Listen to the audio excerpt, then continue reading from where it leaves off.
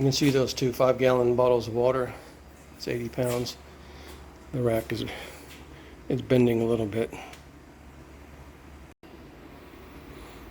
So this rack is not what you'd think of the standard circumference, thickness of the pipe.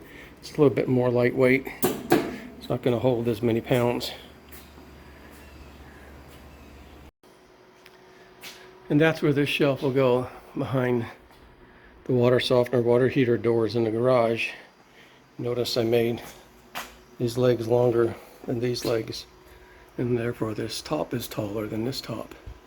And I'm going to find the stud, put a screw in here, and put a little wire and hold this to the wall so it can't fall off, but it will be for light duty goods anyway. Convenient.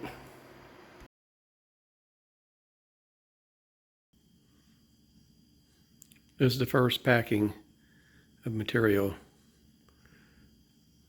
Shelf's going to work fine for those type of goods.